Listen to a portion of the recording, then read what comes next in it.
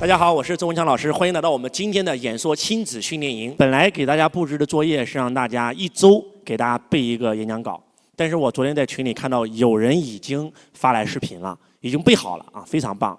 我希望那些还没有背下来的，赶快加油，赶快努力啊！从演讲慢慢的变成演说，从一个讲师慢慢的变成老师，变成大师。刚开始讲师一定是需要背稿的。最开始讲课的时候，你肯定没有内容，那可首先是讲别人的课，先从讲师慢慢的积累了自己的智慧，就变成老师，直到最后对教育有了更深刻的理解，能够懂得启发式的教育，能够唤醒台下听众的时候，那你就是大师了。如果你作为一个台下的听众，当你去听一个老师讲课的时候，听着听着你变成了他的粉丝，你超级崇拜他，你觉得他太厉害了，你觉得自己太笨了，这就证明听课听偏了。在这个世界上，你永远不能崇拜任何一个人。你如果非要崇拜一个人的话，那个人只能是你自己，因为你们每一个人其实都是无所不能的。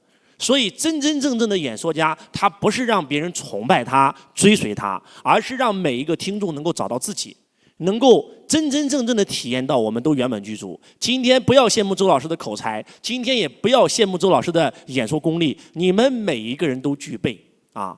今天很多人说老师，我就是口才没有你好啊，我就是讲话结巴呀。那我想问你个问题，你跟你老婆吵架的时候你结巴吗？你跟你朋友一起吃烧烤喝酒喝多了，然后开始吹牛的时候你结巴吗？那个时候你的口才也非常好。换句话讲，你为什么会结巴？还是因为你站在台上想的只是自己，你害怕，对吧？你害怕讲不好，别人笑话你，这才是核心。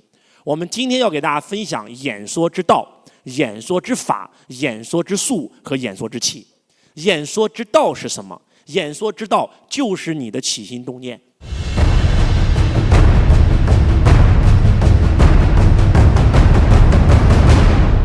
当你走上讲台，满脑子想的都是自己的时候，你这辈子永远都不可能成为一个演说家。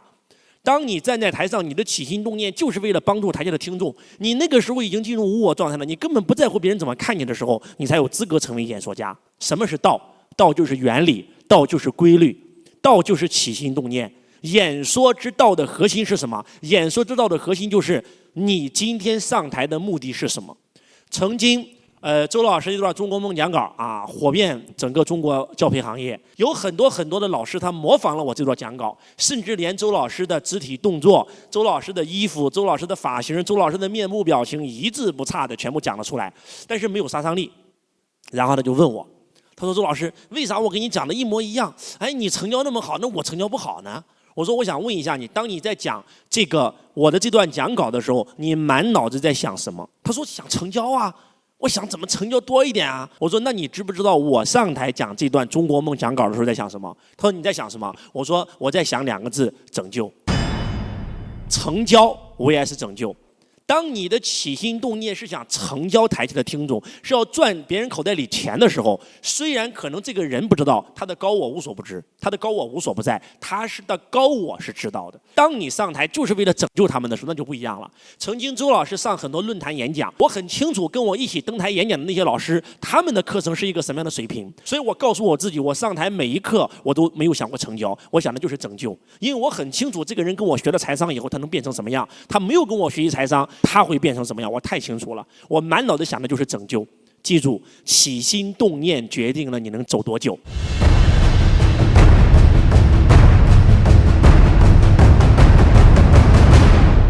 所以演说之道的核心，演说之道的道是什么？就是起心动念。当你登上台那一刻起，要把自己的目的全忘掉，那就是帮助台下的听众。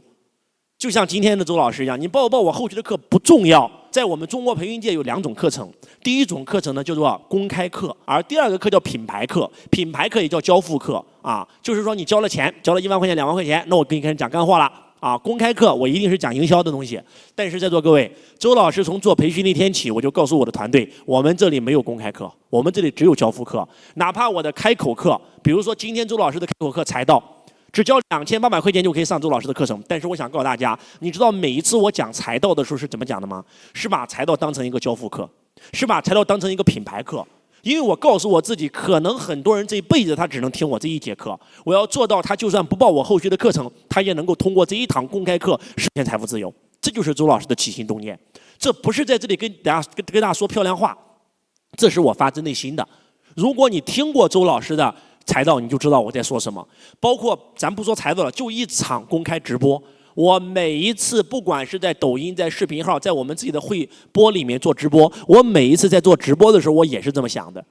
哪怕他今天1分钱没有花，他来到我直播间了，我也要把他当成教辅课，让他听我一场直播课都能有所收获。这就是我演说之道的起心动念。那演说之法是什么？就是方向，就是战略。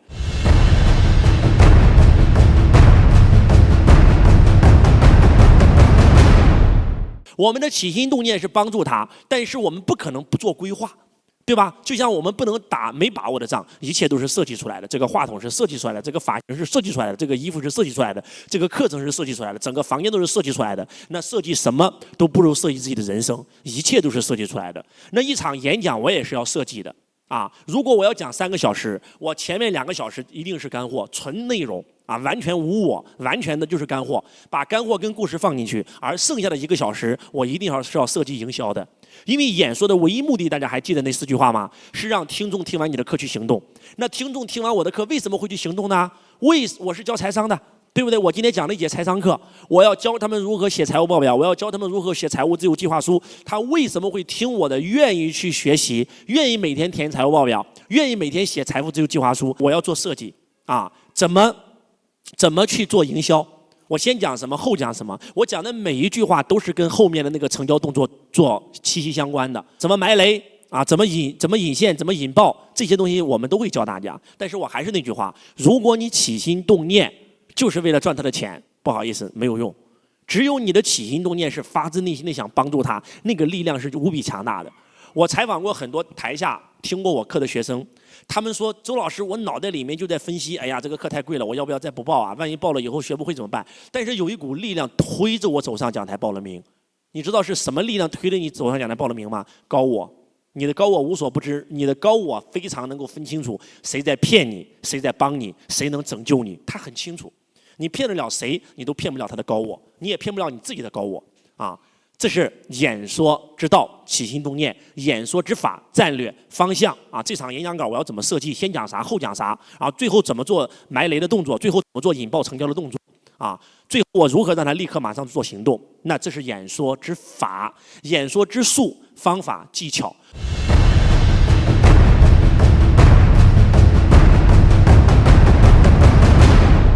如何讲到对方心动啊？如何让对方激动？对吧？如何让对方感动？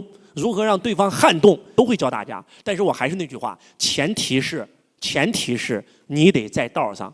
道生一，一生二，二生三，三生万物。很多人说老师，你不要给我讲那么多，我跟你学演讲就是学成交，你就直接教我怎么成交吧，啊，教我怎么埋雷，教我怎么引爆吧。我想告诉你，如果你不学道，只学术。